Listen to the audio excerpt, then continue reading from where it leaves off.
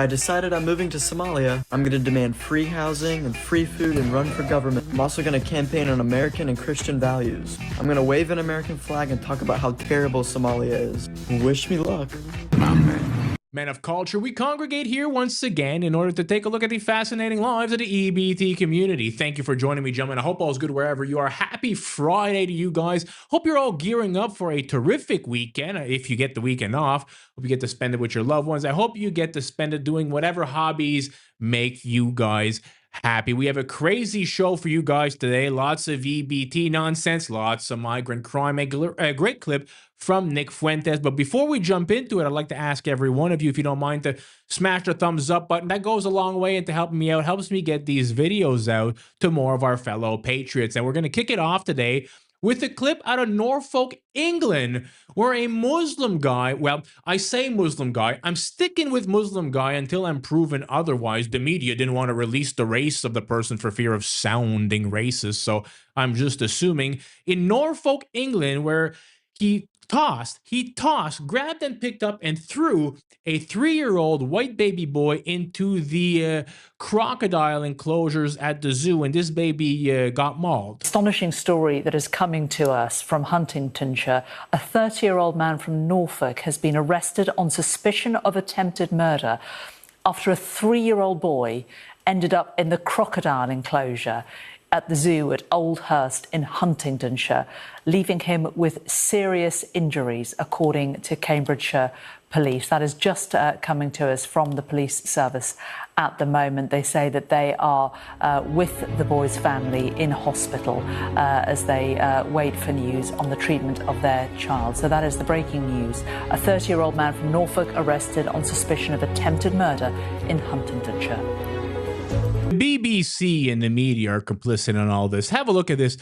A man has been arrested on suspicion of attempted murder after a 3-year-old boy was left with critical injuries after he ended up in a zoo's crocodile enclosure.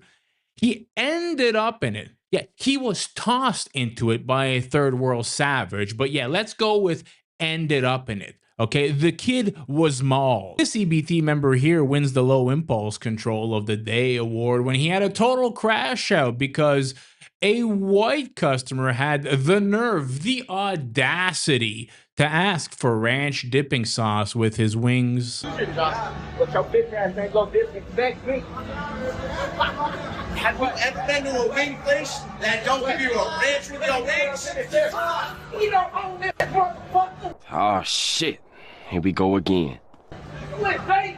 They tore it away. I'm from Vegas. I know how to work it out. I put a smile on my face and I do what I gotta do. Yeah. If I'm having a bad night, I don't give it to the customer. Yeah. I didn't start you with you. You said you just did a You just said fuck you two for giving me a ranch. I said here you go, a ranch. And then I walked away and said fuck you two. What, you didn't say that? Oh no, you didn't say that. Alright, I'm hearing shit then. Fuck shit, I'm hearing shit. Then don't tell me fuck you. Fuck you. I hope you lose your job, bitch. Take a look at this next retard who has a complete crash out because there's too many white kids. And not only white kids, but white kids wearing evil MAGA hat at the African American Museum in DC. Have a look. So I'm in the African American History Museum in DC. And I'm dead ass. I haven't even explored the exhibits yet. Because the first thing I fucking see, there are children here who are on field trips, and there's an exuberant amount of white children wearing Make America Great Again hats, Trump hats, big red fucking hats. Am I fucking tripping? Can we just all agree that whoever gave her that freaking haircut did her no favors? How is this allowed? I'm already an emotional ass bitch. I'm already here being emotional that I'm able to be flown out to DC by trending up, but I come in here and all I see are kids with MAGA hats on. Why the fuck is this even allowed? No, teach your children to do better. This is not the shit I want to fucking see when I come into the African American History Museum. Our MAGA hats everywhere. We're just going the fuck back in time and it's fucking depressing. And it's the younger generation turning into goddamn boomers and being hateful little shitballs. What the fuck is going on? The amount of projection here and lack of self-awareness is insane. Imagine calling little kids hateful little shitballs because they're white and wearing a certain hat that you don't like while they're there learning about African American culture. The projection here is insane. It boggles the mind how retarded these people are. But when you have the IQ of a shoe, what else do you expect from them? Let's get into some Section 8 Carmelo Anthony fan clip here. There's a black man that says he would have stabbed him too. Listen to this. These people hate us. All right, so I've heard a lot about justice for Carmelo, right?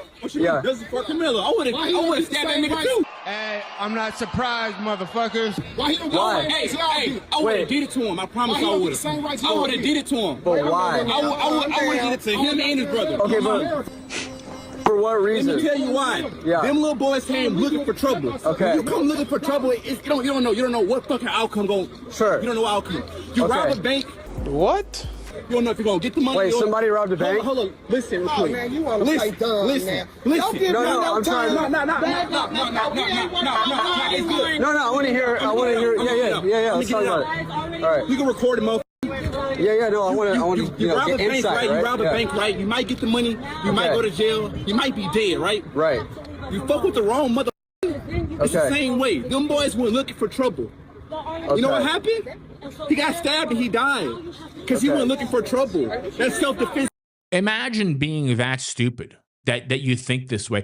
This is why there were no black jurors at the trial. You know, when they said they're all white, they weren't all white. Okay, there was Muslim guys with turbans on the jury. The reason there was no black guys there is because they interviewed them. A black guy and a black lady, and both of them, from what I can read in the news, said they wouldn't feel right convicting a black guy. These are tribal people, and our court system won't allow it. Our court system is based on the fact that you can give the jury evidence, and they're going to be smart enough, to make sense of it to give the proper verdict. When you're going to have retards on the jury, that all goes out the window. So if you can't see that between your fucking little ass brain, mother. All right. Do I have to tell you? I have to whisper it to you? So. You want me to whisper it to you? No. You want me to whisper it to you, mother? You can talk in. You want me to whisper it to you? Well, you're yelling right now. All right, then, bitch. You know, play with somebody else. I'm a real gangster. Play with somebody else. I'm just trying to get like some insight into the situation. There we have it, guys. From a real gangster. The best advice I would give to white people is to get the hell away from black people. Just get the fuck away. Wherever you have to go, just get away. Because there's no fixing this. Take a look at this clip from Carmelo Anthony's parents also that went viral like a couple days ago. The dad wearing the Believe Carmelo shirt. I mean, maybe we would have believed him if he would have testified, but you know why he didn't testify? Because he'd been a horrible witness. He's a murderer. This was the most open and shut case. Even the black people that testified against him. Listen to this. My son didn't intend to hurt anyone. Why you always lying? My son was defending himself. It took less than 3 hours for a jury to reject 19-year-old Carmelo Anthony's claims of self-defense in the stabbing death of 17-year-old Austin Metcalf. Prosecutors argued Anthony intentionally killed Metcalf after being taunted and shoved by Metcalf and his teammates at a high school track meet. Take us inside that courtroom. What stuck out to you? What stuck out to me, number one, was the all-white jury. But I was trying to be, all right, it's not that big of a deal. I mean, the truth is on our side. Oh, brother, this guy stinks! This is what crawls out of you when you take Resilia for 2 weeks straight. Day 1, you swallow 2 soft gels. Nothing dramatic. Thanks! Yeah, all white jury. And everybody lied. Everybody lied. Yeah, that's what happened. Everybody lied and the jury was all white. But turns out the jury wasn't all white. But everybody on there came to the same conclusion. And also when a jury is seated, both parties, prosecution and defense, have to agree, right? They have to agree on every single juror. So what does that tell you about the black people that could have been on the jury? Okay? Low IQ, low trust, high fraud retards. You're goddamn right. So these next third world savages you're going to see here from Ireland who tried to harass a white native girl from the country until a white guy stepped in, and then, well, their masculinity was questioned, so they tried to fight the white guy. Yeah. Another one. Please go away. Yeah.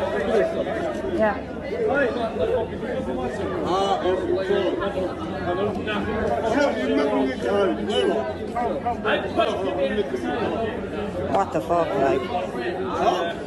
Don't even. I will. I'm going to the fucking guards, you cunts.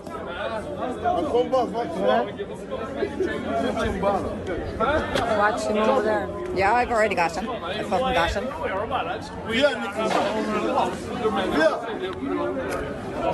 Yeah, white people need to become more tribal as well. This is the way we combat this. But we're not going to get mass deportations. Okay, we're not going to get remigrations. I mean, not that I can see happening anytime soon anyway. And every other group is allowed to be tribal. You know, the little hat people, they don't mind when other people are tribal. They just don't want to allow white people to be tribal. That's just racism and white supremacy. But we know why nobody wants white people to be tribal. They know what happens when we band together. We conquered the fucking globe for a reason. Here's just another North African thug. This is probably his reparations here, I guess, who made his way to Portugal and now is stealing from a 73-year-old native Portuguese vendor.